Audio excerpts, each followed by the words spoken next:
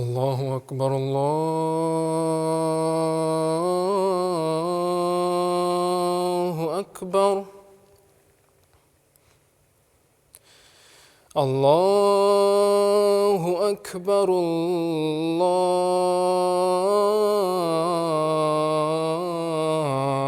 الله أكبر. أشهد أن لا إله إلا الله.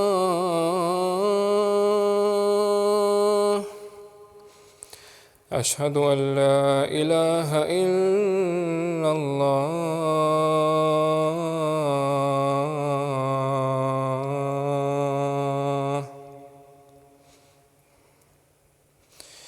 أشهد أن محمدًا رسول الله.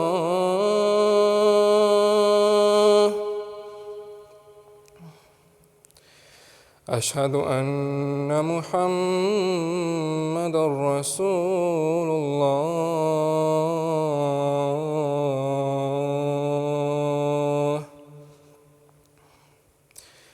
حي على الصلاة.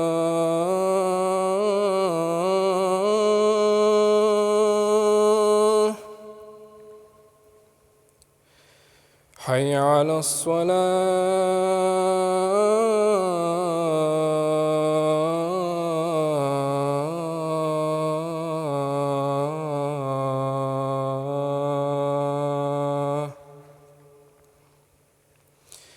حي على الفلاح.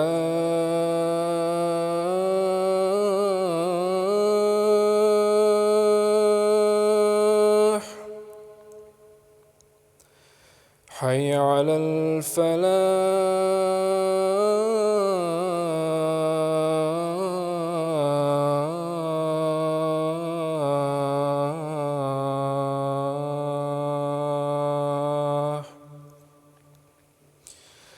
الله أكبر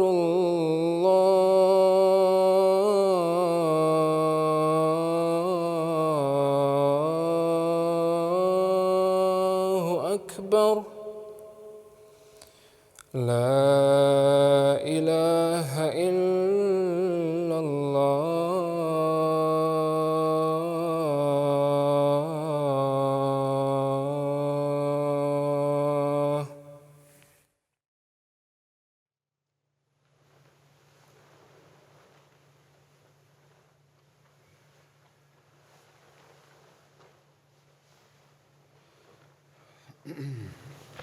السلام علیکم ورحمۃ اللہ.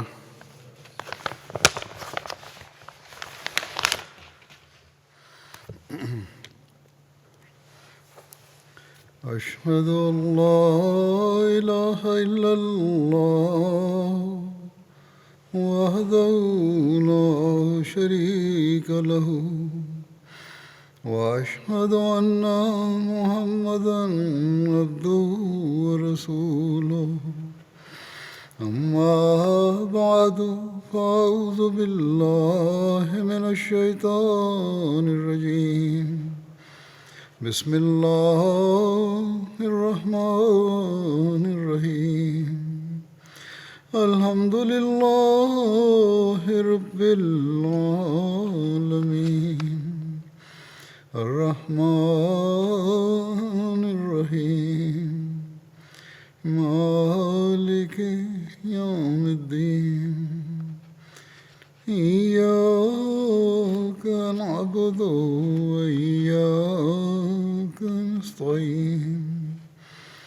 اهدنا الصراط المستقيم صراط الذين أنعمت عليهم غير المغضوب عليهم ولا الضالين.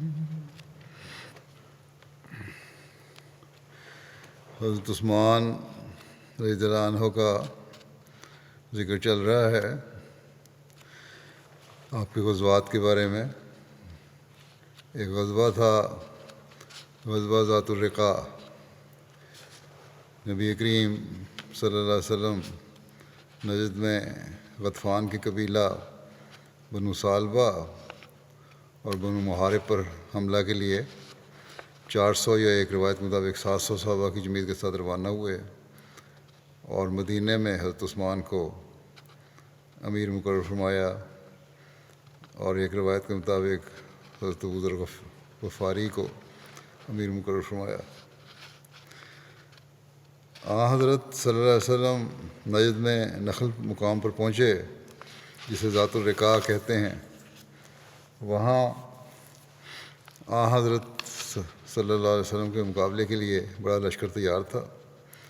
دونوں گروہ ایک دوسرے کے بالمقابل ہوئے، تاہم جنگ نہ ہوئی اور لوگ ایک دوسرے سے خوفزدہ رہے۔ اسی جنگ کے دوران پہلی مرتبہ مسلمانوں نے صلاۃ خوف ادا کی۔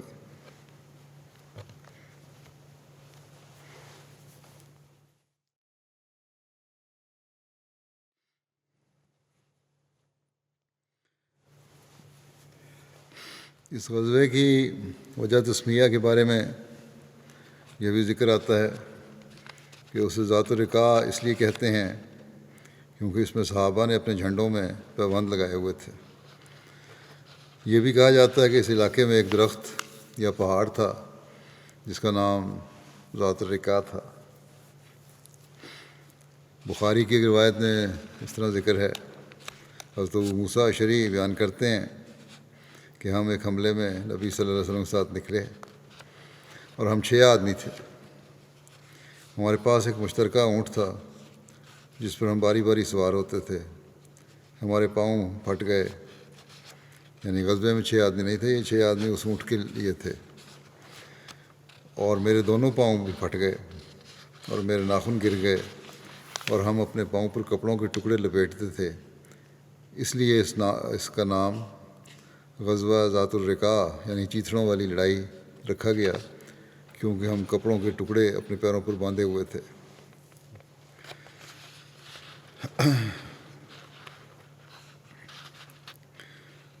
یہ ایک نوٹ ہے، یہ بیان کر دیتا ہوں، سر نے ٹھیک نوٹ لکھا ہے کہ کتب تاریخ و سیر کے مطابق غزوہ ذات الرقاع 4 ہجری میں ہوا تھا، جبکہ امام بخاری نے اسے غزوہ کو غزوہ خیبر کے بعد قرار دیا ہے، کیونکہ حضرت ابو موسیٰ اشعری اس غزوے میں شامل ہوئے تھے اور وہ غزوہ خیبر کے بعد مسلمان ہوئے تھے۔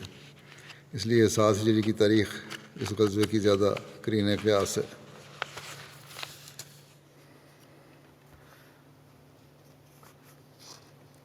فتح مکہ کے ضمن میں ہی جو روایات ہیں اس میں جو 8 ہجری میں ہوئی، سنن نسائی میں ایک تفصیلی روایت یوں مذکور ہے جس میں فتح مکہ کے موقع پر ان افراد کی تفصیل بیان ہوئی ہے جن کے قتل کے بارے میں نبی کریم صلی اللہ علیہ وسلم کی جانب سے ارشاد جاری ہوا تھا۔ حضرت مصعب بن سعد اپنے والد سے روایت کرتے ہیں کہ فتح مکہ کے روز رسول اللہ صلی اللہ علیہ وسلم نے 4 مردوں اور 2 عورتوں کے علاوہ باقی سب کفار کو امان دے دی تھی۔ آپ نے فرمایا، ان 4 کو قتل کر دو، خواہ تم انہیں کعبہ کے پردوں سے چمٹے ہوئے پاؤ۔ وہ اکرمہ بن ابو جہل، عبداللہ بن قتل، مقیس بن سبابہ اور عبداللہ بن سعد بن ابی سرر تھے۔ عبداللہ بن قتل جب پکڑا گیا تو اس نے خانہ کعبہ کے پردوں کو پکڑا ہوا تھا۔ حضرت سعید بن حریث اور حضرت عمار بن یاسر دونوں اس کی طرف لپکے اور سعید نے آگے بڑھ کر اس کو قتل کر دیا۔ مقیس کو لوگوں نے بازار میں پایا اور اسے قتل کر دیا۔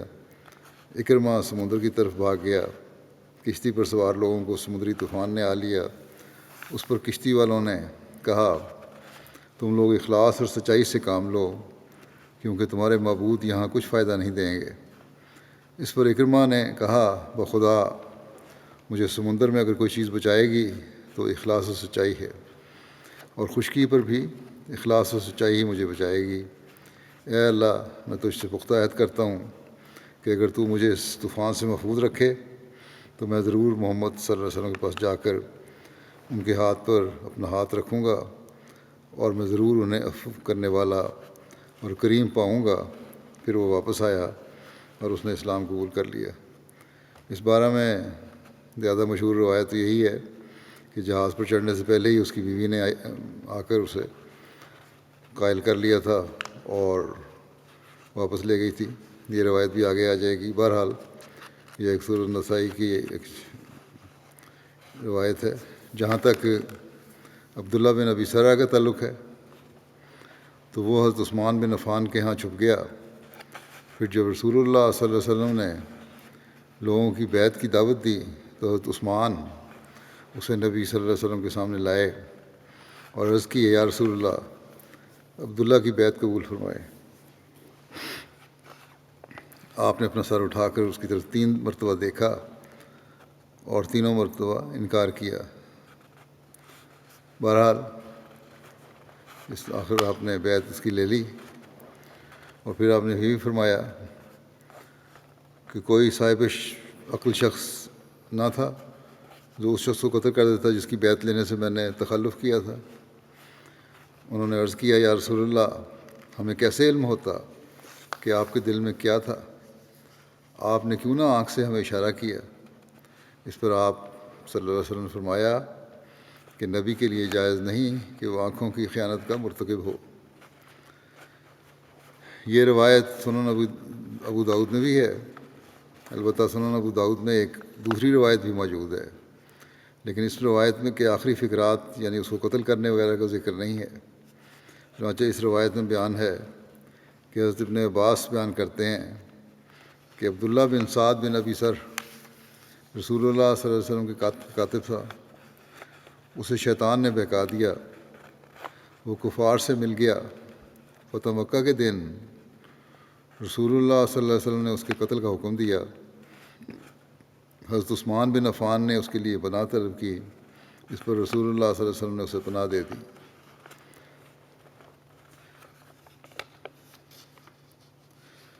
حضرت صلی اللہ علیہ وسلم کے اس بارے میں کہ قتل کرنا تھا، کیوں نہیں قتل کیا، اس کے بارے میں یہ بھی ایک وضاحت کی جاتی ہے کہ اس روایت میں حضرت صلی اللہ علیہ وسلم کا صحابہ کو یہ فرمانا کہ جب میں نے بیعت لینے میں تعامل کیا تو تم لوگوں نے اس کو قتل کیوں نہ کر دیا، محل نظر ہے۔ کیونکہ اگر نبی کریم صلی اللہ علیہ وسلم اس کی بیعت نہ لینا چاہتے اور اس کے قتل کے فیصلے پر قائم رہنا پسند فرماتے تو اس کو قتل کرنے کا ارشاد فرما سکتے تھے۔ آپ فاتح تھے، سربراہ ریاست تھے، اور اس کے قتل کا فیصلہ بھی مبنی پر انصاف تھا۔ اس لیے ہو سکتا ہے کہ اس روایت میں کسی راوی کی اپنی رائے یا خیال شامل ہو گیا ہو۔ مزید برآں یہ روایت بخاری اور مسلم میں موجود نہیں ہے، اور ابو داؤد میں اسی مضمون کی ایک روایت حضرت ابن عباس سے مروی ہے جس کا ذکر ہو چکا ہے، اور اس میں قتل کرنے کا کوئی ذکر نہیں ہے۔ حضرت مسلم موعود رضی اللہ عنہ سورۃ المومنین کی آیت نمبر 15 کی تفسیر کرتے ہوئے اس واقعے کا تذکرہ یوں بیان کرتے ہیں کہ اس آیت کے ساتھ ایک تاریخی واقعہ بھی وابستہ ہے جس کا یہاں بیان کر دینا ضروری معلوم ہوتا ہے۔ رسول کریم صلی اللہ علیہ وسلم کا ایک کاتب وحی تھا جس کا نام عبداللہ بن ابی سرح تھا۔ آپ پر جب کوئی وحی نازل ہوتی تو اسے بلوا کر لکھوا دیتے۔ ایک دن آپ یہی آیتیں اسے لکھوا رہے تھے۔ جب آپ ثم انشأنا ہو خلقا آخر پر پہنچے تو اس کے منہ سے بے اختیار نکل گیا، فتبارک اللہ احسن الخالقین۔ رسول اللہ صلی اللہ علیہ وسلم نے فرمایا کہ یہی وہی ہے، اس کو لکھ لو۔ اس بدبخت کو یہ خیال نہ آیا کہ پچھلی آیتوں کے نتیجے میں یہ آیت طبی طور پر آپ ہی بن جاتی ہے۔ اس نے سمجھا کہ جس طرح میرے منہ سے یہ آیت نکلی اور رسول اللہ صلی اللہ علیہ وسلم نے اس کو وہی قرار دے دیا، اسی طرح آپ نعوذ باللہ خود سارا قرآن بنا رہے ہیں۔ چنانچہ وہ مرتد ہو گیا اور مکے چلا گیا۔ فتح مکہ کے موقع پر جن لوگوں کو قتل کرنے کا رسول کریم صلی اللہ علیہ وسلم نے حکم دیا تھا ان میں ایک عبداللہ بن ابی سر بھی تھا، مگر حضرت عثمان رضی اللہ عنہ نے اسے پناہ دے دی اور وہ آپ کے گھر میں 3 دن تک چھپا رہا۔ ایک دن جب کہ رسول کریم صلی اللہ علیہ وسلم مکے کے لوگوں سے بیعت لے رہے تھے، حضرت عثمان عبداللہ بن ابی سر کو آپ کی خدمت میں لے گئے اور اس کی بیعت قبول کرنے کی درخواست کی۔ رسول کریم صلی اللہ علیہ وسلم نے پہلے تو کچھ دیر تامل فرمایا، مگر پھر آپ نے اس کی بیعت لے لی اور اس طرح دوبارہ اس نے اسلام قبول کر لیا۔ سنن نسائی کی بیان کردہ روایت میں اکرمہ بن ابو جہل کے قبول اسلام کا جو واقعہ بیان ہوا ہے، کتب سیرت میں اس کے اسلام قبول کرنے کی تفصیلات یوں بیان ہوئی ہیں، جیسے کہ میں نے پہلے بھی ذکر کیا تھا، طرح مختلف ہیں کہ اکرمہ بن ابو جہل ان لوگوں میں سے تھا جن کے قتل کا نبی کریم صلی اللہ علیہ وسلم نے فتح مکہ کے موقع پر حکم دیا ہوا تھا۔ اکرمہ اور اس کا والد نبی کریم صلی اللہ علیہ وسلم کو اذیت دیتا تھا اور وہ مسلمانوں پر بہت زیادہ سختی کرتا تھا۔ جب اسے علم ہوا کہ رسول اللہ صلی اللہ علیہ وسلم نے اس کا خون بہانے کا حکم دیا ہے تو وہ یمن کی طرف بھاگ گیا۔ اس کی بیوی نے اس کا پیچھا کیا، بعد اس کے کہ اس نے اسلام قبول کر لیا تھا۔ اس نے اکرمہ کو سمندر کے ساحل پر پایا جب وہ کشتی پر سوار ہونے کا ارادہ کر رہا تھا۔ ایک قول کے مطابق اس نے اکرمہ کو تب پایا جب کہ وہ کشتی میں سوار ہو چکا تھا۔ اس نے اکرمہ کو یہ کہتے ہوئے روکا کہ اے میرے چچا کے بیٹے، میں تمہارے پاس اس انسان کی طرف سے آئی ہوں جو لوگوں میں سب سے زیادہ جوڑنے والے اور لوگوں میں سب سے زیادہ نیک اور لوگوں میں سب سے زیادہ خیر خواہ ہیں۔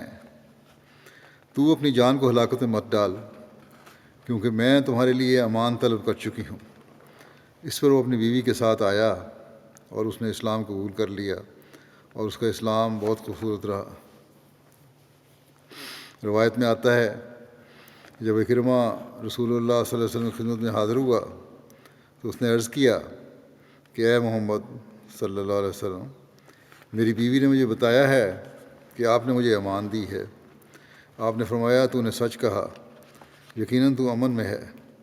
اس پر اکرمہ نے کہا میں گواہی دیتا ہوں کہ اللہ کے سوا کوئی عبادت کے لائق نہیں، وہ اکیلا ہے، اس کا کوئی شریک نہیں، اور آپ اس کے بندے اور اس کے رسول ہیں۔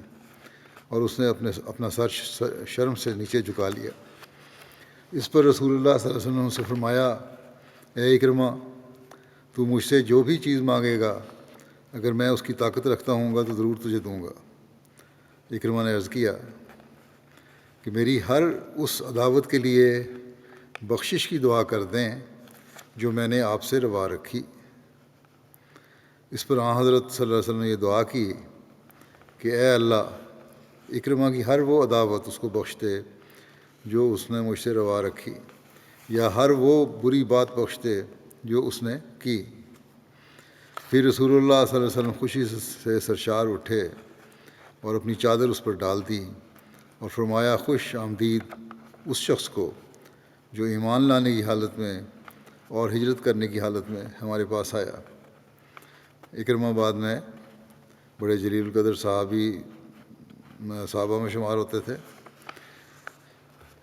اکرمہ کے ایمان لانے سے وہ پیشگوئی بھی پوری ہوئی جو حضرت صلی اللہ علیہ وسلم اپنے صحابہ سے بیان فرمائی تھی کہ آپ نے خواب میں دیکھا کہ آپ جنت میں ہیں۔ آپ صلی اللہ علیہ وسلم نے وہاں انگور کا ایک خوشہ دیکھا جو آپ کو بہت اچھا لگا۔ آپ صلی اللہ علیہ وسلم نے پوچھا یہ کس کے لیے ہے؟ تو کہا گیا کہ ابو جہل کے لیے۔ یہ بات آپ پر گراں گزری، اچھی نہیں لگی آپ کو، پریشان ہوئے، اور آپ نے فرمایا جنت میں تو سوائے مومن جان کے اور کوئی داخل نہیں ہوتا، تو یہ ابو جہل کے لیے کس طرح؟ پھر جب اکرمہ بن ابو جہل نے اسلام قبول کیا تو آپ اس سے خوش ہوئے اور اس خوشہ کی تعبیر یہ بیان فرمائی کہ اس سے مراد اکرمہ تھا۔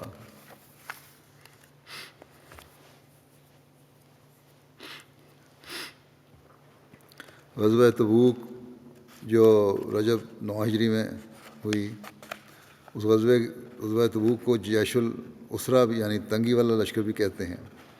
اس غزوے کی تیاری کے لیے حضرت عثمان کو جس مالی خدمت کی توفیق ملی اس کا تذکرہ یوں ملتا ہے کہ غزوہ تبوک کو جیش الاسرا یعنی تنگی والا لشکر بھی کہتے ہیں۔ اس غزوے کی تیاری کے لیے حضرت صلی اللہ علیہ وسلم نے تحریک فرمائی تو حضرت عثمان نے شام کی طرف تجارت کی غرض سے تیار کیا جانے والا اپنا 100 اونٹوں کا قافلہ ان کے کجاووں اور پالانوں سمیت پیش کر دیا۔ حضرت صلی اللہ علیہ وسلم نے پھر تحریک فرمائی تو اس غزوہ کی ضروریات کے پیش نظر حضرت عثمان نے مزید 100 اونٹ کجاووں اور پالانوں کے ساتھ تیار کروا کے پیش کر دیے۔ آپ نے پھر تحریک فرمائی تو تیسری مرتبہ حضرت عثمان نے پھر مزید 100 اونٹ کجاووں اور پالانوں کے ساتھ تیار کروا کے آپ کی خدمت میں پیش کیے۔ حضرت صلی اللہ علیہ وسلم جب ممبر سے نیچے اترے تو آپ نے فرمایا ما علی عثمانہ ما عمل بعد ہذہ ما علی عثمانہ ما عمل بعد ہذہ، اس کے بعد عثمان جو بھی کرے اس کا کوئی مواخذہ نہیں ہوگا، اس کے بعد عثمان جو بھی کرے اس کا کوئی مواخذہ نہیں ہوگا۔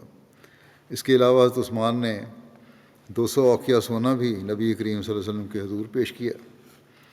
ایک دوسری روایت میں ہے کہ حضرت عثمان نے حاضر ہو کر حضرت صلی اللہ علیہ وسلم کی جھولی میں 1000 دینار ڈال دیے۔ اس پر حضرت صلی اللہ علیہ وسلم جھولی میں پڑے دیناروں کو الٹتے پلٹتے رہے اور دو مرتبہ فرمایا ما ذرہ عثمانہ ما عمل بعد اليوم، آج کے بعد عثمان جو بھی کرے گا اس کو کوئی ضرر نہیں پہنچے گا۔ ایک روایت کے مطابق حضرت عثمان نے اس موقع پر 10,000 دینار عطا کیے تو حضرت صلی اللہ علیہ وسلم نے حضرت عثمان کے لیے دعا کی غفر اللہ لکا یا عثمان ما اسررت وما اعلنت وما هو کائن الی یوم القیامہ ما یبالی ما عمل بعدہ، کہ اے عثمان اللہ تجھ سے مغفرت کا سلوک فرمائے، جو تو نے مخفی طور پر کیا اور جو تو نے اعلانیہ کیا اور جو قیامت تک ہونے والا ہے، اس کے بعد وہ جو بھی عمل کرے اسے کوئی فکر نہیں ہونی چاہیے۔ ایک روایت کے مطابق آپ نے اس جنگ کی تیاری کے لیے 1000 اونٹ اور 70 گھوڑے پیش کیے۔ ایک روایت کے مطابق حضرت صلی اللہ علیہ وسلم نے اس موقع پر حضرت عثمان سے فرمایا اے عثمان اللہ تعالیٰ تجھے وہ سب کچھ معاف فرمائے جو تو نے مخفی طور پر کیا اور جو تو نے اعلانیہ کیا اور جو قیامت تک ہونے والا ہے۔ اس عمل کے بعد یہ جو بھی کرے اللہ تعالیٰ کو اس کی کوئی پرواہ نہیں۔ ایک روایت کے مطابق حضرت صلی اللہ علیہ وسلم نے اس موقع پر حضرت عثمان کے حق میں یہ دعا کی کہ اللہم مرض ان عثمانہ فانی عنہ راض، کہ اے اللہ تو عثمان سے راضی ہو جا کیونکہ میں اس سے راضی ہوں۔ حضرت مسلم رضی اللہ عنہ بیان فرماتے ہیں کہ صحابہ نے بعض دفعہ اپنے گھر کا مال و اسباب بیچ کر جنگ کے اخراجات پورے کیے، بلکہ یہ بھی نظر آتا ہے کہ بعض دفعہ انہوں نے اپنی جائیدادیں بیچ کر دوسروں پر خرچ کر دیں اور ان کے لیے تمام ضروریات مہیا کیں۔ چنانچہ ایک دفعہ رسول کریم صلی اللہ علیہ وسلم باہر تشریف لائے اور آپ نے فرمایا کہ فلاں سفر پر ہماری فوج جانے والی ہے مگر مومنوں کے پاس کوئی چیز نہیں، کیا تو کوئی تم میں سے ہے جو ثواب حاصل کرے؟ حضرت عثمان رضی اللہ عنہ یہ سنتے ہی اٹھے اور آپ نے اپنا اندوختہ نکال کر وہ رقم مسلمانوں کے اخراجات کے لیے رسول کریم صلی اللہ علیہ وسلم کی خدمت میں پیش کر دی۔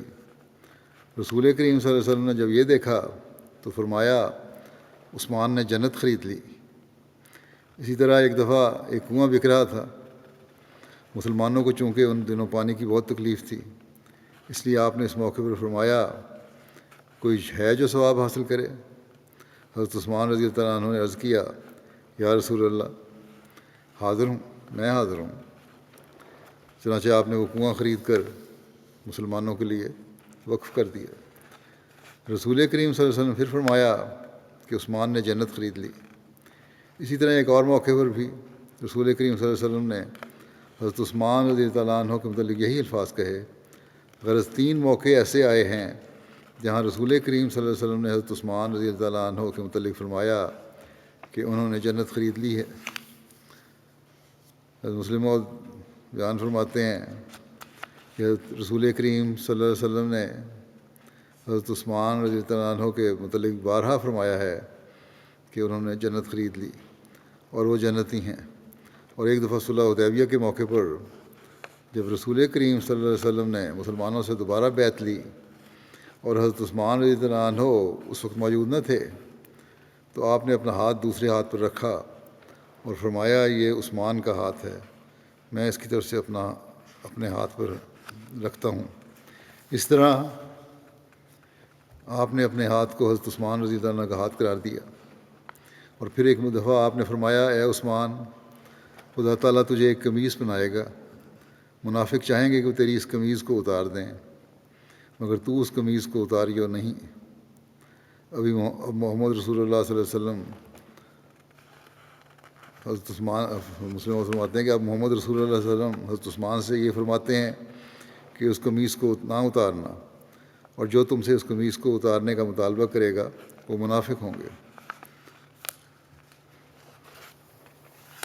تو اس سے یہ بھی ظاہر ہو گیا کہ جو بھی تھے وہ لوگ وہ منافق تھے، کیونکہ ان کی پیش گوئی آنسر نے پہلی فرما دی تھی۔ اس خلیفہ ثالث نے حضرت عثمان رضی اللہ عنہ کی قربانی کا ذکر ایک جگہ اس طرح فرمایا ہے کہ جنگی ضرورت تھی، نبی اکرم صلی اللہ علیہ وسلم نے صحابہ کرام کے سامنے ضرورت حقہ کو رکھا اور مالی قربانیاں پیش کرنے کی انہیں تلقین کی، جس کا نتیجہ یہ ہوا کہ حضرت ابوبکر صدیق رضی اللہ عنہ تو اپنا سارا مال لے کر آ گئے، حضرت عمر رضی اللہ عنہ اپنا نصف مال لے کر آ گئے، حضرت عثمان رضی اللہ عنہ نے عرض کیا کہ میری یہ پیشکش قبول کر لی جائے کہ میں 10,000 صحابہ کا پورا خرچ برداشت کروں گا، اور اس کے علاوہ آپ نے 1,000 اونٹ اور 70 گھوڑے دیے۔ حضرت عثمان کا حضرت ابوبکر کے عہد میں کیا کردار تھا اور آپ کا مقام اور مرتبہ کیا تھا؟ حضرت ابوبکر آپ کو کس طرح مقام دیتے تھے، کیا سمجھتے تھے؟ حضرت ابوبکر کے دور خلافت میں حضرت عثمان ان صحابہ اور اہل شورا میں سے تھے جن سے اہم ترین مسائل میں رائے لی جاتی تھی۔ جب حضرت ابوبکر نے فتنہ ارتداد کا مقابلہ کر کے اسے ختم کر دیا تو روم پر چڑھائی کرنے اور مختلف اطراف میں مجاہدین کو روانہ کرنے کا ارادہ فرمایا اور اس سلسلے میں لوگوں سے مشورہ طلب کیا۔ بعض صحابہ نے مشورہ دیا، اس پر حضرت ابوبکر نے مزید مشورہ طلب فرمایا، جس پر حضرت عثمان نے عرض کیا کہ آپ اس دین کے ماننے والوں کے خیر خواہ اور مشفق ہیں، بس جب آپ جس رائے کو عام لوگوں کے لیے مفید سمجھیں تو اس پر عمل کرنے کا پختہ عزم کر لیں، کیونکہ آپ کے بارے میں بدظنی نہیں کی جا سکتی۔ یعنی حضرت ابوبکر کو عرض کیا کہ آپ کے بارے میں بدظنی نہیں کی جا سکتی۔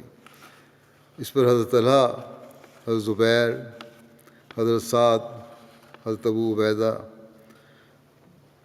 حضرت سعید بن زید اور اس مجلس میں موجود مہاجرین اور انصار نے کہا حضرت عثمان نے سچ کہا ہے، آپ جو مناسب سمجھیں کر گزریں، ہم نہ تو آپ کی مخالفت کریں گے اور نہ ہی آپ پر کوئی الزام لگائیں گے۔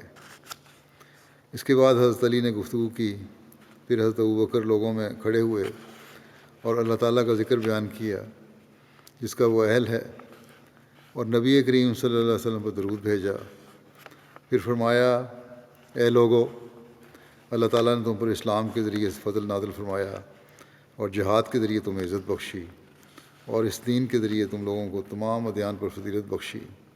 بس اے اللہ کے بندو، ملک شام میں روم کے ساتھ جنگ کے لیے لشکر کی تیاری کرو۔ حضرت ابوبکر نے جب اپنے اصحاب سے مشورہ کیا کہ حضرت عوان بن سعید کے بعد کس کو بحرین کا گورنر بنا کر بھیجا جائے، تو حضرت عثمان بن عفان نے عرض کیا اس آدمی کو بھیجیں جسے رسول اللہ صلی اللہ علیہ وسلم نے بحرین والوں پر گورنر مقرر فرمایا تھا، اور وہ ان کے قبول اسلام اور اطاعت کرنے کا موجب ہوا تھا، اور وہ ان لوگوں سے اور ان کے علاقے سے بھی اچھی طرح واقف ہے۔ وہ علا بن حضرمی ہے۔ اس پر حضرت ابوبکر نے علا بن حضرمی کو بحرین بھیجنے پر اتفاق کر لیا۔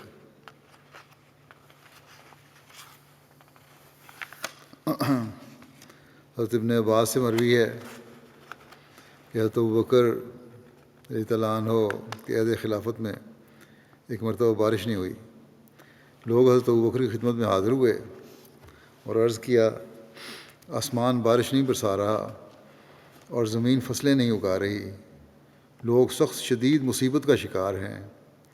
حضرت ابوبکر نے فرمایا، تم لوگ جاؤ اور صبر سے کام لو، شام تک اللہ تعالیٰ تمہاری پریشانی کو دور فرما دے گا۔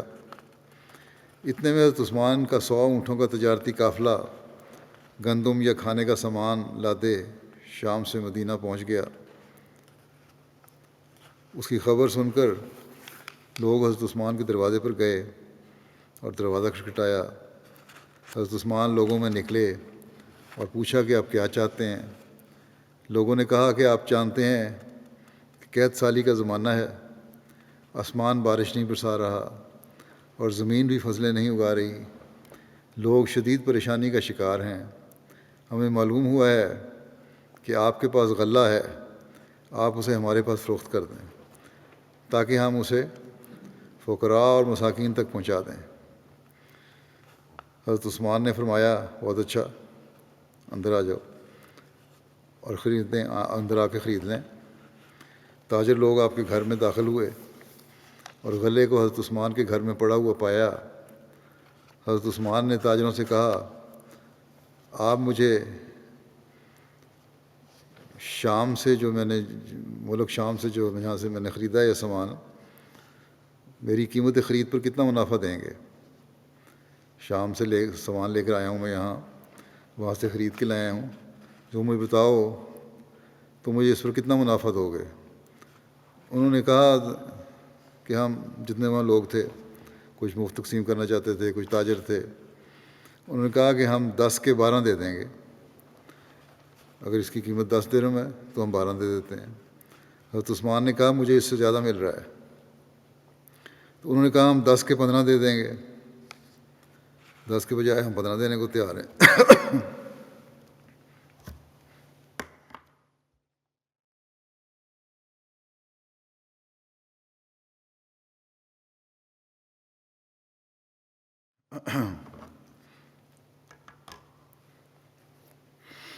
حضرت عثمان نے کہا مجھے اس سے بھی زیادہ مل رہا ہے۔ تاجروں نے کہا، اے ابو عمر، مدینہ میں تو ہمارے علاوہ اور کوئی تاجر نہیں ہے، تو کون آپ کو زیادہ دے رہا ہے اس سے زیادہ؟ حضرت عثمان نے فرمایا، اللہ تعالیٰ مجھے ہر درہم کے بدلے 10 سے زیادہ دے رہا ہے، 10 گنا دے رہا ہے ہر ایک کے بدلے۔ کیا آپ لوگ اس سے زیادہ دے سکتے ہیں؟ انہوں نے کہا، نہیں، ہم تو نہیں اس سے زیادہ دے سکتے۔ اس پر حضرت عثمان نے فرمایا، میں اللہ کو گواہ بناتے ہوئے اس غلے کو مسلمانوں کے فقراء پر صدقہ کرتا ہوں، یعنی کہ سارے کا سارا غلہ جو ہے میں یہ غریبوں کو دیتا ہوں اور کوئی قیمت نہیں اس کی لوں گا۔ حضرت ابن عباس فرماتے ہیں کہ میں نے اس رات جس دن یہ واقعہ ہوا، غلہ تقسیم کیا گیا، صدقہ دیا گیا، کہتے ہیں کہ میں نے اس رات رسول اللہ صلی اللہ علیہ وسلم کو خواب میں دیکھا، آپ ایک غیر عربی گھوڑے پر سوار ہیں جو بڑے جسے والا ہے، آپ پر نور کی پوشاک ہے اور آپ کے پیروں میں نور کی جوتیاں ہیں اور ہاتھ میں نور کی چھڑی ہے اور آپ جلدی میں ہیں۔ میں نے عرض کی، یا رسول اللہ، میں آپ کا اور آپ سے گفتگو کا بہت مشتاق ہوں، آپ اتنی جلدی میں کہاں تشریف لے جا رہے ہیں؟ آپ صلی اللہ علیہ وسلم نے فرمایا، اے ابن عباس، عثمان نے ایک صدقہ کیا ہے اور اللہ تعالیٰ نے اسے قبول فرما لیا ہے اور جنت میں اس کی شادی کی ہے اور ہمیں ان کی شادی میں شرکت کی دعوت دی گئی ہے۔ حضرت عثمان کا حضرت عمر کے عہد میں کردار اور مقام اور مرتبہ کے بارے میں چند باتیں بیان کرتا ہوں۔ جب حضرت عمر خلیفہ بنے تو آپ نے بڑے بڑے صحابہ سے بیت المال سے اپنے وظیفے کے متعلق مشورہ کیا۔ اس پر حضرت عثمان نے عرض کیا، کھائیے اور کھلائیے، جو ضروریات ہیں آپ کی آپ پوری کریں، اور جو لوگوں کی ضروریات ہیں وہ بھی پوری کریں، کوئی کہیں فکس کرنے کی ضرورت نہیں ہے۔ جب اسلامی فتوحات کا سلسلہ وسیع ہوا اور مال کی کثرت ہوئی تو حضرت عمر نے صحابہ میں سے بعض کو اس مال کے بارے میں مشاورت کے لیے اکٹھا کیا۔ حضرت عثمان نے عرض کیا، میں دیکھتا ہوں کہ مال بہت ہو گیا ہے، جو لوگوں کے لیے کافی ہے۔ اگر لوگوں کے اعداد و شمار اکٹھے نہ کیے گئے تاکہ یہ معلوم ہو سکے کہ کس نے لے لیا ہے اور کس نے نہیں لیا، تو مجھے ڈر ہے کہ مشکلات پیدا ہوں گی۔ بعض دفعہ دو دو دفعہ لے جائیں گے لوگ، باقاعدہ انتظام ہونا چاہیے، کھاتے بننے چاہیے۔ اس پر حضرت عمر نے حضرت عثمان کی رائے کو اختیار فرمایا اور مردم شماری کر کے لوگوں کے نام رجسٹروں میں محفوظ کرنے کا کام عمل میں آیا، اور باقاعدہ پھر اس کے حساب سے ہر ایک کو امداد ملنی شروع ہوئی۔ حضرت عثمان کی خلافت کی بابت حضرت صلی اللہ علیہ وسلم کی ایک پیشگوئی بھی ہے، پہلے ذکر ہو چکا ہے اس کا اشارتاً، قمیص پہننے کا اور منافقوں کو قمیض اتارنے کا۔ یہ حضرت ابوبکر سے روایت ہے کہ نبی کریم صلی اللہ علیہ وسلم نے ایک دن فرمایا، تم میں سے کسی نے خواب دیکھی ہے؟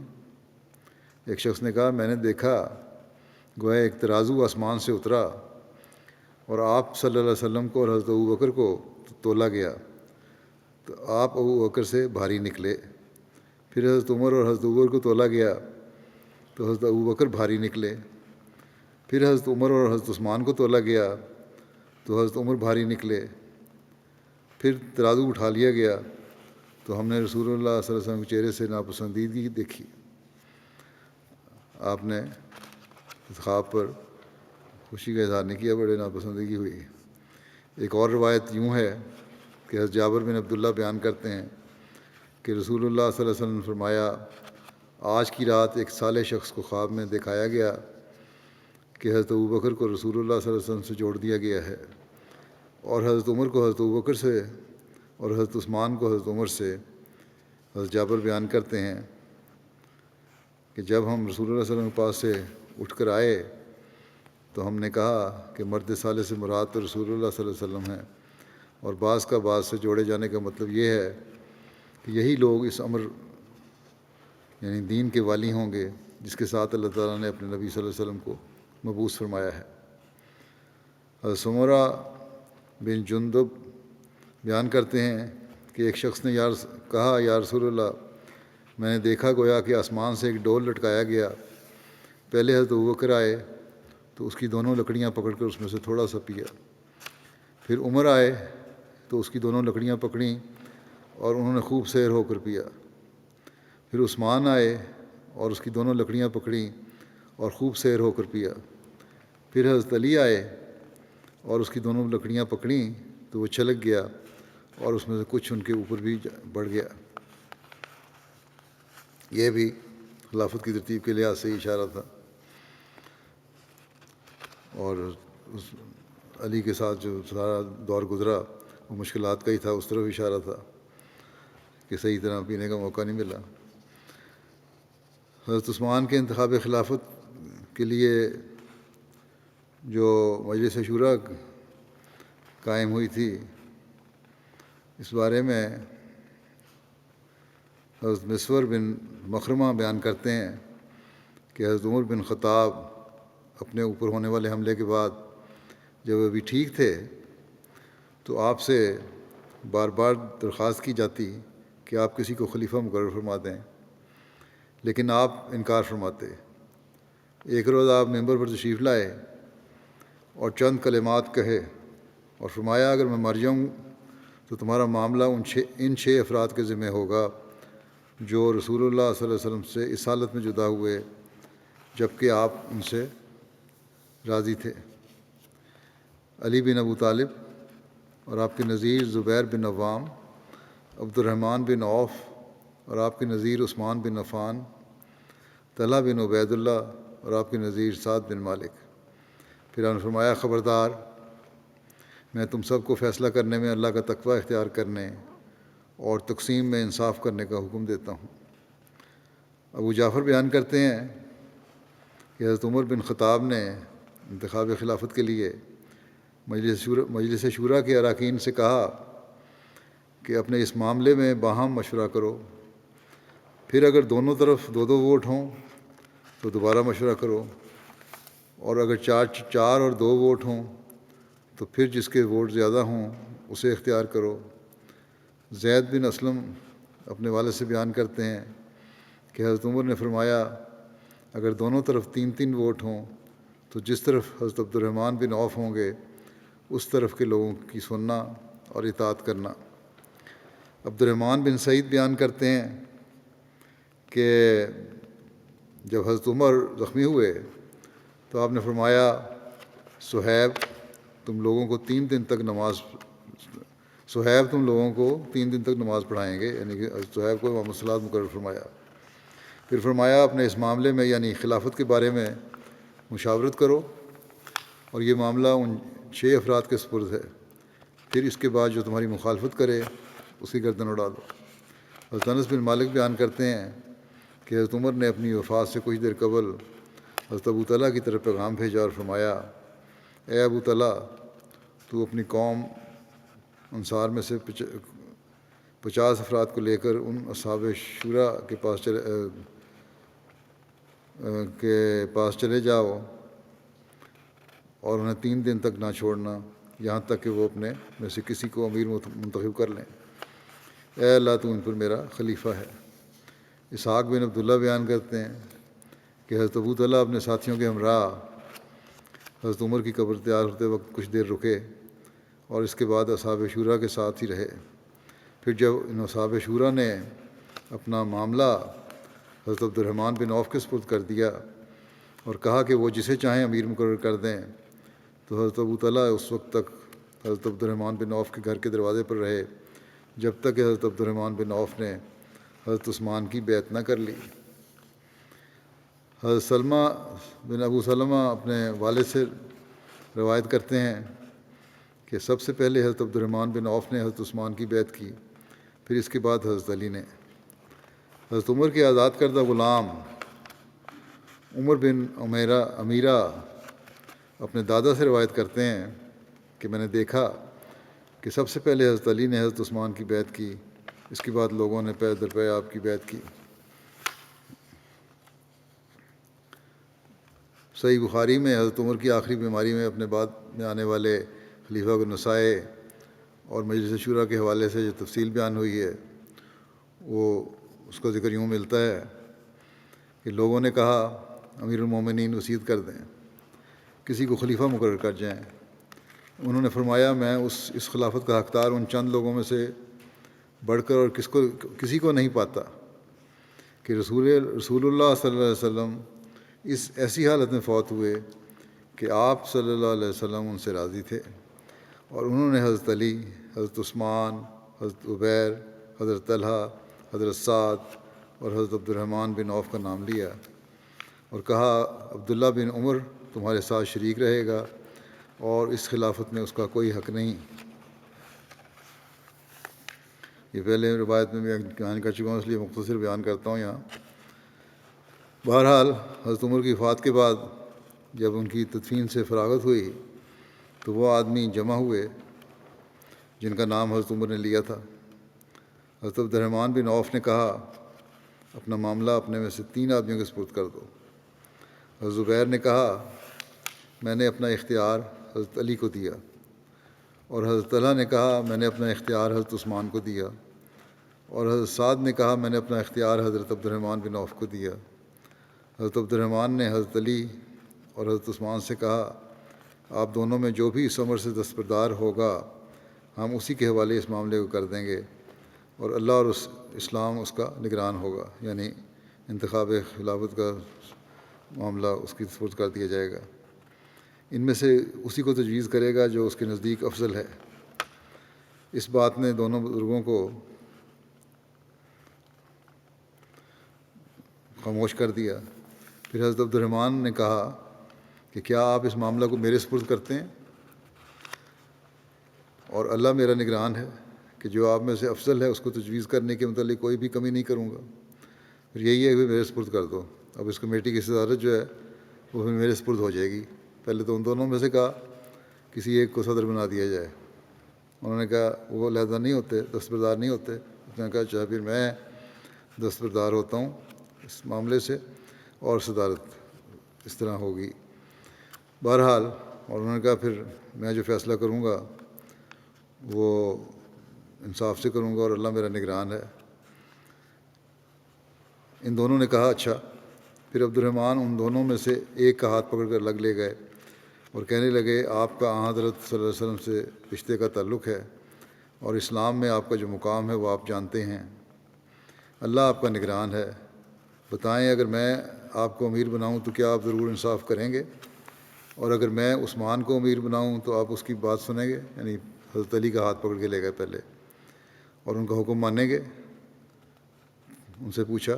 پھر حضرت عبد الرحمن دوسرے کو تنہائی میں لے گئے، یعنی اب حضرت عثمان کی باری آئی، اور ان سے بھی ویسے ہی کہا۔ جب انہوں نے پختہ عہد لے لیا تو کہنے لگے عثمان، حضرت عثمان کو پھر آپ نے کہا کہ آپ اپنا ہاتھ اٹھائیں، اور انہوں نے ان سے بیعت کی، اور حضرت علی نے بھی ان سے بیعت کی، اور گھر والے اندر آ گئے اور انہوں نے بھی ان سے بیعت کی۔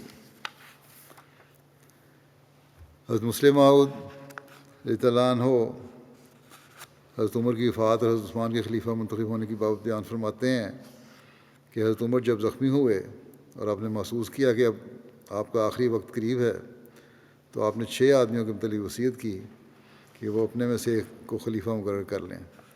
وہ 6 آدمی یہ تھے: حضرت عثمان، حضرت علی، حضرت عبد الرحمن بن عوف، حضرت سعد بن وقاص، حضرت زبیر، حضرت طلحہ۔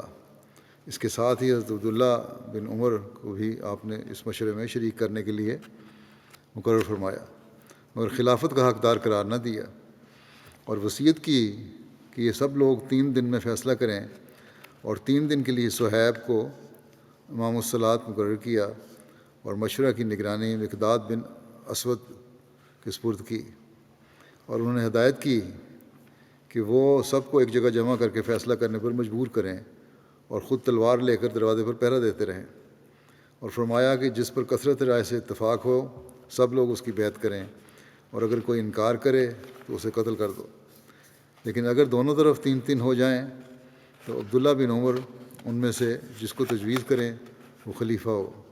اگر اس فیصلے پر وہ راضی نہ ہوں تو جس طرح عبد الرحمن بن عوف ہوں وہ خلیفہ ہو۔ آخر 5 اصحاب نے مشورہ کیا، کیونکہ طلحہ اس وقت مدینہ میں نہیں تھے، مگر کوئی نتیجہ برآمد نہ ہوا۔ بہت لمبی بحث کے بعد حضرت عبد الرحمن بن عوف نے کہا کہ اچھا جو شخص اپنا نام واپس لینا چاہتا ہے وہ بولے۔ جب سب خاموش رہے تو حضرت عبد الرحمن بن عوف نے کہا کہ سب سے پہلے میں اپنا نام واپس لیتا ہوں۔ پھر حضرت عثمان نے کہا کہ میں بھی لیتا ہوں۔ پھر باقی 2 نے بھی کہا۔ حضرت علی خاموش رہے۔ آخر انہوں نے حضرت عبد الرحمن بن عوف سے عہد لیا کہ وہ فیصلہ کرنے میں کوئی رعایت نہیں کریں گے۔ انہوں نے عہد کیا اور سب کام ان کے سپرد ہو گیا، یعنی حضرت عبد الرحمن بن عوف کے سپرد ہو گیا۔ حضرت عبد الرحمن بن عوف 3 دن مدینہ کے ہر گھر گئے اور مردوں اور عورتوں سے پوچھا کہ ان کی رائے کس شخص کی خلافت کے حق میں ہے۔ سب نے یہی کہا کہ انہیں حضرت عثمان کی خلافت منظور ہے۔ چنانچہ انہوں نے حضرت عثمان کے حق میں اپنا فیصلہ دے دیا اور وہ خلیفہ ہو گئے۔ علامہ ابن سعد لکھتے ہیں کہ حضرت عثمان بن عفان کی 29 ذو الحجہ 23 ہجری کو پیر کے روز بیعت کی گئی۔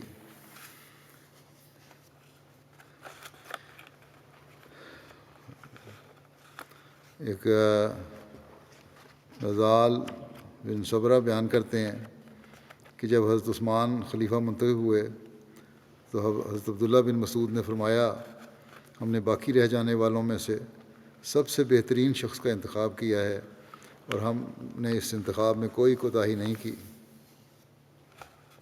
حضرت عثمان نے خلافت متمکن ہونے کے بعد جب پہلا خطاب فرمایا اس کے بارے میں روایت یہ ہے کہ اسماعیل بن ابراہیم بن عبد الرحمن بن عبداللہ بن ابو ربیعہ مخزومی اپنے والد سے روایت کرتے ہیں کہ جب حضرت عثمان کی بیعت کی گئی تو آپ یعنی حضرت عثمان لوگوں میں تشریف لائے اور ان سے خطاب فرمایا، جس میں آپ نے اللہ کی تعالیٰ کی حمد و ثنا بیان کرنے کے بعد فرمایا، اے لوگو، پہل جو کام کیا جائے وہ مشکل ہوتا ہے، نئے کام کو پہلی دفعہ کر رہا ہو تو مشکل ہوتا ہے۔ آج کے بعد اور بھی دن آنے والے ہیں، اگر میں زندہ رہا تو انشاءاللہ تمہارے سامنے مناسب خطاب بھی کر سکوں گا۔ آج تو یہ مختصر خطاب کر رہا ہوں میں، آئندہ دن بھی آئیں گے، مناسب خطاب کروں گا۔ پھر فرمایا، ہم کوئی خطیب نہیں ہیں مگر اللہ تعالیٰ ہمیں سکھا دے گا، خطاب کرنے کے طریقے بھی سکھا دے گا اللہ تعالیٰ۔ بدر بن عثمان اپنے چچا سے روایت کرتے ہیں کہ جب اہل شورا نے حضرت عثمان کی بیعت کر لی تو آپ اس حال میں باہر تشریف لائے کہ آپ ان سب سے زیادہ غمگین تھے۔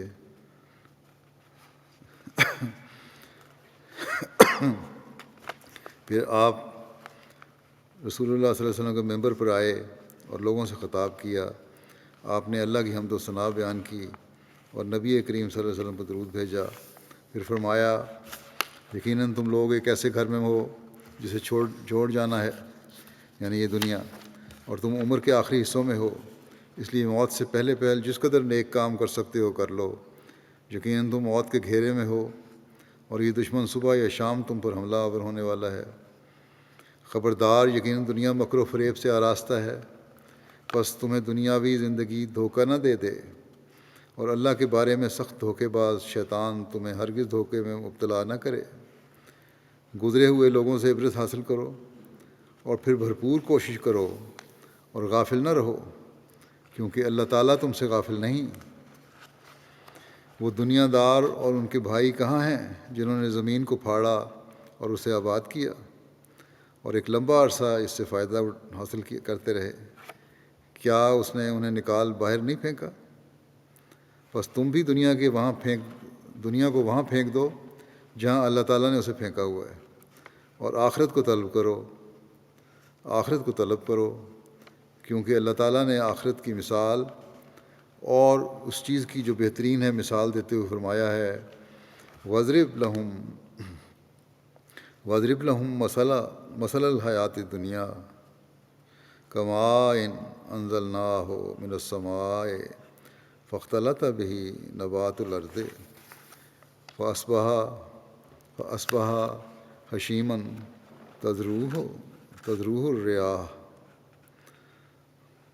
وَكَانَ اللَّهُ عَلَىٰ كُلِّ شَيْءٍ مُقْتَدِرًا۔ المال والبنون زینۃ الحیات الدنیا والباقیات الصالحات خیر عند ربک ثوابا وخیر عملا۔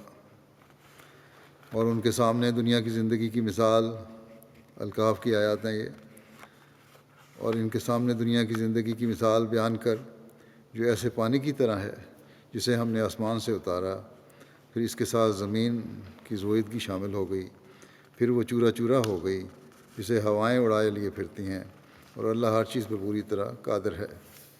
مال اور اولاد دنیا کی زندگی کی زینت ہیں، اور باقی رہنے والی نیکیاں تیرے رب کے نزدیک ثواب کے طور پر بہتر اور امنگ کے لحاظ سے بہت اچھی ہیں۔ اس کے بعد لوگ آپ کی بیعت کرنے کے لیے لپکے۔ حضرت عثمان کے دور خلافت میں جو فتوحات ہوئیں ان کا ذکر کرتا ہوں۔ حضرت عثمان کے دور خلافت میں درج ذیل علاقوں میں اللہ تعالیٰ نے مسلمانوں کو فتوحات سے نوازا۔ فتح افریقیہ، یہ الجزائر اور مراکش کے علاقے ہیں۔ فتح اندلس اسپین 27 ہجری، فتح قبرص سائپرس 28 ہجری، فتح طبرستان 30 ہجری، فتح سواری، فتح آرمینیا، فتح خراسان 31 ہجری، بلاد روم کی طرف پیش قدمی، مروروز، طالقان، فاریاب، جوزہ جان اور تخارستان کی فتوحات، بلخ ہرات کی مہم 32 ہجری۔ اس کے علاوہ اس امر کا تذکرہ بھی ملتا ہے کہ حضرت عثمان کے دور میں ہندوستان میں اسلام کی آمد ہو گئی تھی۔ ان مہمات اور فتوحات کی مختصر تفصیل یوں ہے۔ 27 ہجری میں حضرت عثمان نے حضرت عبداللہ بن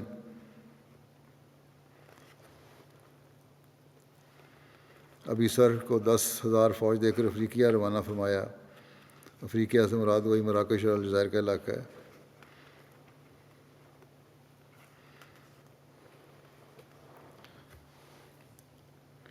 بس اللہ نے مسلمانوں کو فتح دی۔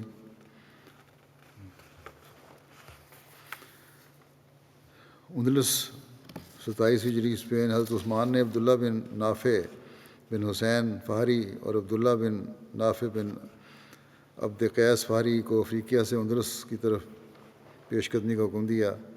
بس یہ اندلس کی طرف چلے اور مسلمانوں کو اللہ تعالیٰ نے فتح سے نوازا۔ فتح قبرص 28 ہجری۔ ابو معاشر کا قول ہے کہ قبرص 33 ہجری میں فتح ہوا۔ بعض لوگوں کے مطابق 27 ہجری میں قبرص کی جنگ لڑی گئی۔ تاریخ طبری اور بدایہ و نہایہ دونوں نے اس کو 28 ہجری کے واقعات میں بیان کیا ہے۔ اس جنگ میں صحابہ میں سے حضرت ابو بکر غفاری، حضرت عبادہ بن صامت اور آپ کی زوجہ حضرت ام حرام بنت ملحان، حضرت مقداد، حضرت ابو درداء، حضرت شداد بن اوس شامل تھے۔ قبرص ملک شام کے غربی جانب ایک اکیلا جزیرہ ہے۔ اس میں باغات اور کانیں بکثرت تھیں۔ قبرص حضرت عثمان کے دور میں آپ صلی اللہ علیہ وسلم کی اجازت اور حکم سے آپ رضی اللہ عنہ کی اجازت اور حکم سے امیر معاویہ کے ہاتھ پر فتح ہوا۔ اس جنگ میں حضرت ام حرام بنت ملحان بھی شامل تھیں، جن کو حضور صلی اللہ علیہ وسلم نے شہادت کی خبر پہلے ہی دے دی تھی۔ اس جنگ سے واپسی پر آپ کے لیے سواری لائی گئی۔ آپ اس پر سوار ہوئیں لیکن اس پر سے گر پڑیں اور آپ کی گردن کی ہڈی ٹوٹ گئی، جس سے آپ کی شہادت ہو گئی۔ یہ ذکر ابھی چل رہا ہے، آئندہ بھی انشاءاللہ بیان ہوگا۔ دعا کی طرف تو آج بھی میں توجہ دلاتا ہوں۔ پاکستان کے احمدیوں کے لیے دعا کرتے رہیں، اللہ تعالیٰ ان کے حالات بہتر کرے، ان کو بھی دعاؤں کی توفیق دے۔ پاکستان میں رہنے والے احمدیوں کو اپنی اصلاح کی بھی توفیق دے، اللہ تعالیٰ سے تعلق بڑھانے کی بھی توفیق دے، اور اللہ تعالیٰ جلد یہ اندھیرے دن جو ہیں روشنیوں میں بدل دے، اور ہم وہاں کے احمدیوں کو بھی آزادی کے ساتھ اپنے فرائض اور ادا کرتے ہوئے دیکھیں۔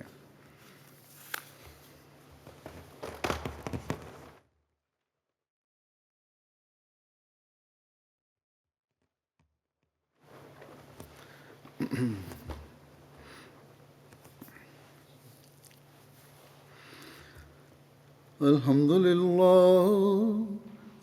للہ نحمده ونستعینه ونستغفره ونؤمن به ونتوکل علیہ ونعوذ باللہ من شرور انفسنا ومن سیئات اعمالنا من يهده الله فلا مضل له ومن يضلله فلا هادي له ونشهد أن لا إله إلا الله ونشهد أن محمدا عبده ورسوله عباد الله رحمكم الله إن الله يأمر بالعدل والإحسان وإيتاء ذي القربى وينهى عن الفحشاء والمنكر والبغي يعظكم لعلكم تذكرون اذكروا الله يذكركم وادعوه يستجب لكم ولذكر الله أكبر